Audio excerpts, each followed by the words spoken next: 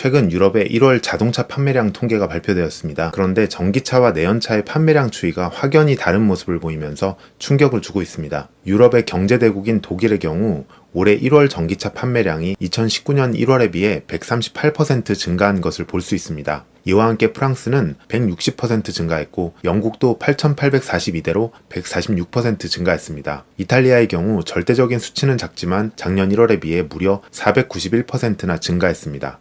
주요국 대부분이 세 자릿수 증가율을 기록한 것입니다. 반면 내연차는 판매량이 크게 줄어들었습니다. 독일의 내연차 판매량은 올해 1월에 마이너스 15% 감소했고 프랑스는 마이너스 24% 감소했으며 영국과 이탈리아 등도 크게 감소했습니다. 전기차와 내연차의 판매량 증가율을 비교해보면 완전히 다른 방향으로 움직이고 있는 것을 볼 수 있습니다. 사실 전 세계 자동차 시장이 침체를 겪고 있다는 소식은 어제 오늘 일이 아닙니다. 그래프에서 보시는 것처럼 전 세계 자동차 판매량은 수년째 하락세가 지속되고 있습니다. 현대차를 비롯한 글로벌 주요 완성차 업체들의 실적과 주가가 부진한 것도 이와 관련이 있는데요.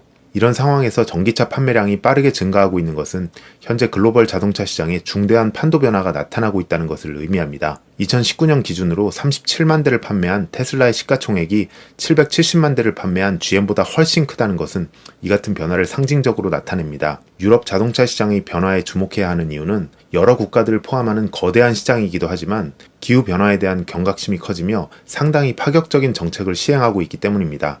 예를 들어 유럽의 주요 도시들은 대기오염이 심할 경우 내연차 운행을 제한하는 제도를 시행하고 있습니다. 또한 지난해 유럽연합은 탄소 배출량을 킬로미터당 95g으로 낮추고 이를 어길 시 벌금을 부과하기로 했습니다.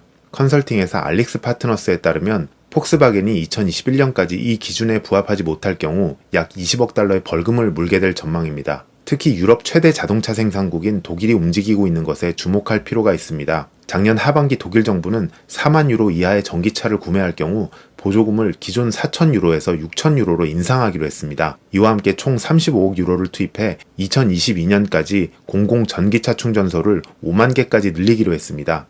내연차를 줄이고 전기차를 늘리려는 각국의 정책과 완성차 업체들의 전략 변화가 맞물리면서 소비자들도 전기차 구매를 늘리고 있는 것입니다. 유럽의 이 같은 움직임은 국내 기업들에게도 큰 호재로 작용하고 있습니다. LG화학과 삼성 SDI 등이 생산한 배터리 수요가 커질 수밖에 없기 때문입니다. 실제로 LG화학은 2018년 폴란드에 배터리 공장을 짓고 폭스바겐과 아우디, 르노 등의 배터리를 납품하고 있으며 삼성 SDI는 최근 BMW와 대규모 공급 계약을 체결했습니다. 유럽의 전기차 시장이 앞으로도 계속 커질 것이 분명한 만큼 두 회사 모두 대규모 증설에 나서고 있습니다. 최근 국내 전기차 관련주들이 급등한 것도 이러한 변화와 맞물려 있습니다.